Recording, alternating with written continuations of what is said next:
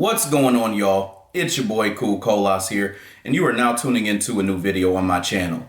For today's topic, we're going to be talking about the widely asked question, why are there so many black superheroes who have electricity powers? So let's get into it. Before we dive deep into this topic, the main things that we need to talk about are why electricity and why is it associated with black people? And at what point did this trend of so many black superheroes becoming electric characters actually start? Now, I want to talk about history for a second before we get into all of this. So for those of you all who are just unaware, in the 1960s, there were tons of race riots that were all over the United States. And these race riots were going on as a result of black people revolting because of the genocide and all the other atrocities that they suffered at the hands of the white supremacists. So this was a way for them to revolt against things such as systemic racism and police brutality, insanity, whatever you want to call it, and all of the other issues that negatively impacted black people. So in other words, blatant racism was happening and black people decided to do something about it.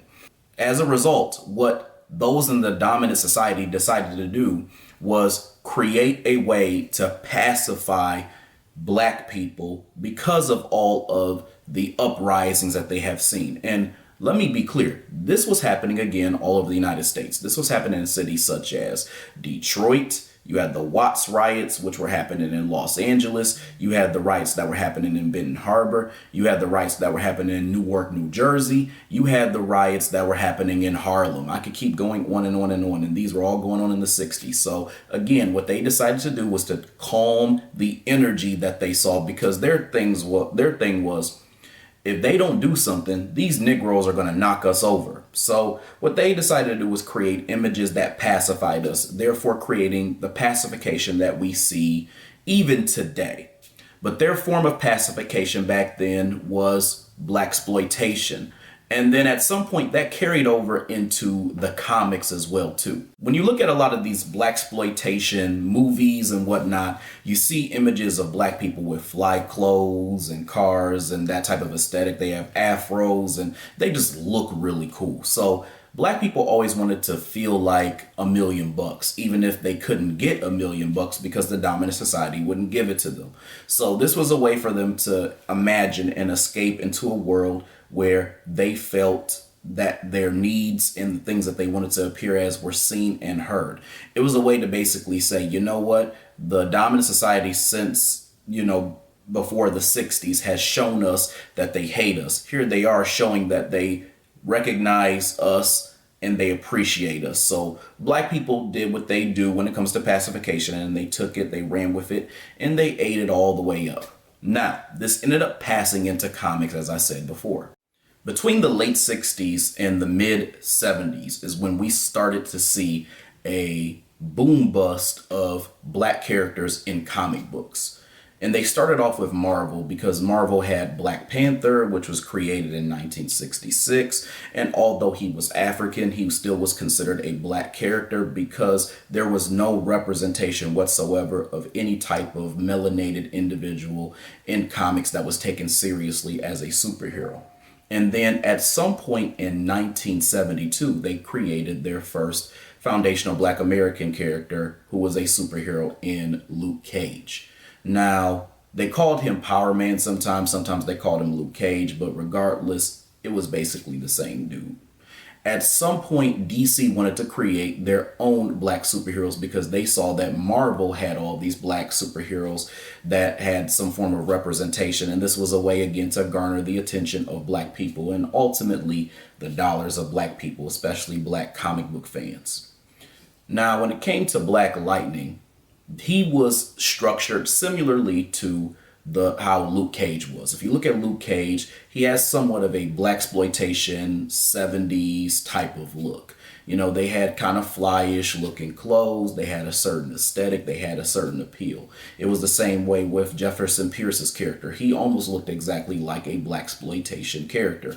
And that's because, again, they were trying to create blaxploitation, not just in these movies that you saw but also in the comic books as well too. So they were trying to represent that to some extent. The creator of Black Lightning, so-called sole creator of Black Lightning, was Tony Isabella, and we'll get into that in a minute. But the reason why I'm bringing him up is because this is a white dude, and this is somebody who created the Black Lightning character. And so one of the things that Tony Isabella was instrumental on was researching when it came to Black people and trying to represent Black people in the way that he thought was the most accurate. So I bring that up to say that a lot of these creators, and I've told you all this quite a bit, is that they try to study a lot of Black culture, a lot of Black history, and a lot of the ways that Black people interact and the way that we are in the present. And they do this in order to create their lore and take credit for the things that they see with Black people. Now, some of them will try to make it seem heroic and say, I just wanted representation for Black people. But I do think that it's much deeper than that. And there are certain things that you tend to see that would show that there were some issues with this and that this was really some fake ass shit, if we're just being totally honest. Going back to the thing that I said about Tony Isabella, I brought this up because there was a co-artist that was named alongside of Tony Isabella in the creation of Black Lightning, in a guy named Trevor Von Eden. I bring him up because Tony Isabella had a problem with sharing the credit for the creation of this character with Trevor Von Eden. And Trevor is a Black man. So I bring this up to basically say there's a lot of patterns that suggest that there are a lot of people in the dominant society who have an issue with sharing credit with Black people, although some of their research and their ideas and the things they put into it are things that were created by Black people or ideas that Black people had, because it was clear that Trevor had some influence on the way that Black Lightning's costume design looked and other aspects as well too. But he did not want to give him the full credit. He wanted to take the credit for himself. And it was no secret that Tony Isabella vastly admired Stan Lee. And we could even infer that he wanted to mimic a lot of his practices as well too. Now, when it comes to the whole creation of Black Lightning, I bring all this up to basically say that there was a lot of different influences that gave him the motivation to understand how to create this character, and the idea is to create a character in a way that seemed authentic to the Black experience. And I'm about to put the tinfoil kufi on for a second, so get ready. But I have a strong belief that that research even went beyond just getting ideas from a Black coworker. We can also look at the idea that we know how powerful and how wealthy, or how much wealth is in melanin. And the dominant society is more than aware of this. Let's also look at the idea that the dominant society is well aware of the power that is within melanin. And with there being so much power in melanin, that is equated to wealth. For those of you all who do not know, melanin is worth $450 per gram. That means that it's more valuable than gold, which is considered a precious asset in society. So I say all this to basically say that melanin has a lot of influence and power behind it, but it's not just in its wealth, it's also in its abilities. Melanin itself is a semiconductor, which actually can produce electricity to a certain extent. And we can even infer that by creating a superpowered character that is Black, it is a way to exploit this idea that melanin itself actually creates currents of electricity. And if you look at Jefferson Pierce's character, he is a heavily melanated individual who has electric powers. So this is something that obviously can be easily researched by somebody in the dominant society. And they also have created the system of wealth that dictates what is important and what isn't.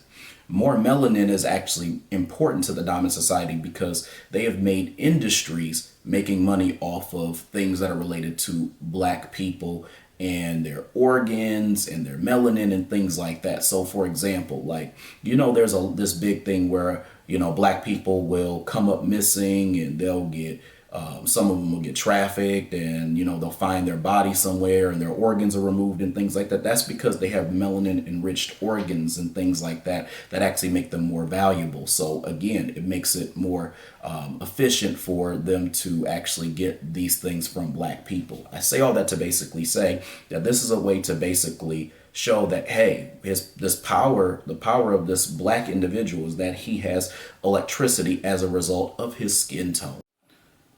As a matter of fact, it's common knowledge that in the comic books, melanin is associated with being an electromagnetic force. So that's why you see so many characters with electricity powers, because you've seen Black Lightning, you've seen Static Shock, you've seen Bumblebee, you've seen Electro, you've seen Aqualad, you've seen Miles Morales, you've seen Storm, you've seen Juice. I could keep going. You've seen all these different black characters who have electricity powers. So it's common that there is somewhat of an affiliation with melanin being related to skin tones and there being abilities related to the skin. In 1977, there was a show out called The Super Friends. And this show was produced by DC, specifically by Hanna-Barbera. And DC owns Hanna-Barbera. This is important because there was a dispute at this time between the creator of Black Lightning, Tony Isabella, and then DC and Hanna-Barbera. And essentially they wanted to take the Black Lightning character and use it on the Super Friends show, but they were cheap about wanting to pay the royalties out to Tony Isabella. So at some point they said, you know what, because they couldn't come to an agreement, they made this character as a response to the Black Lightning character called Black Vulcan. So now at this point, you have two electric powered black characters in DC. You have Black Lightning and then you have Black Vulcan. Then at some point you had it where there was a subsection of DC Comics that wanted to create authentic black characters. This was called Milestone Comics. So you have these black artists who were trying to create authentic black characters within a subsection of DC.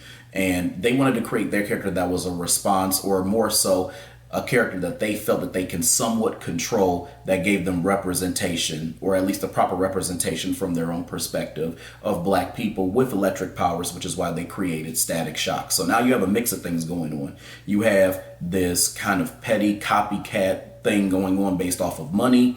And then you have this thing with black artists who are within DC believing that they have a certain level of control and they really don't. Also creating another electric black character. And this character, which is known as Static, was created, I believe, in 1993. So now at this point, you have three electric black characters all under DC, because you have Black Vulcan, you have Black Lightning, and then you also have Static Shock. At some point, the royalty issues come up again, especially when it comes to Justice League, because once again, they wanted to include Black Lightning in the Justice League, but they couldn't come to a compromise on this, so they decided to create their own character, and that's when they created this character named Juice. So now you have 4 electric black hero characters as well, too. And then the same thing happened when they had the Static Shock television show, because they wanted to include Black Lightning in there once again, and they couldn't. So what they did was they created a character called Soul Power as well too. So he was electric induced. So now at this point you have like about 5 different electric superheroes who are black. So the trend just kept going, and at a certain point it got turned into a trope that got used at the expense of black people. So regularly they would produce characters that had all these electric powers, to the point where all of us were looking and we were recognizing this, and we were saying, why are there so many black people that have the same power over and over again? The real issue with this, and I think this is what a lot of people miss, is that black people are being created as the butt of jokes because of some financial disputes between a bunch of petty ass white people. So the reason why this is important is because what they're doing is they're creating a lack of originality. And ultimately, they can use all of this and this confusing mess that people don't really understand to basically say, oh, well, look, there's black representation because you have Black Lightning, and then you have Static Shock, and then you have Black Vulcan, and look at all of these electrical Negroes. The reason why they're doing that is because they can now exploit this situation and they can turn this into an ongoing joke, a trope that we recognize, but then also at the same time turn around and say we have representation, so we can never call them racist, and we can never say that we weren't represented properly. So that's why I say that this is actually a bad thing, because this shows a lack of originality on their part, because there are a ton of powers that they could have given black people, but they tend to give the same one over and over again. I mean, black people, we could have had black people with all types of things that just weren't related to electricity itself. We could have had tons of black people with fire powers, black people with water powers, and all this other stuff. And before you all watch this video and you get to whining and hoeing and you say stuff like, not all black characters have electricity powers. You know what you're talking about. You know what you're talking about. I don't want to hear that shit. We know that not all black characters have electricity powers, you dumbasses. What I'm saying is that too many do, and there's a reason why they actually did this. It's an ongoing joke at our expense because of their petty issues where they couldn't get shit popping with their money, so they decided to use us to their benefit over and over again. They've always used the black image as a benefit, but they don't want to give us originality in the process, so that's why they continue to make the same thing over and over and over again. And then when black people are trying to find a way to create their own representation, that gets thrown into the pot of all this other mess that's actually going on, because ultimately we're people who are somewhat of bystanders in a situation that we really did not create but totally involves us.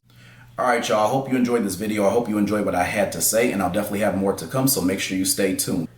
Before you all go, I would love for you to like, subscribe, share, and hit the bell icon so you get notifications for whenever I come out with new content on this channel.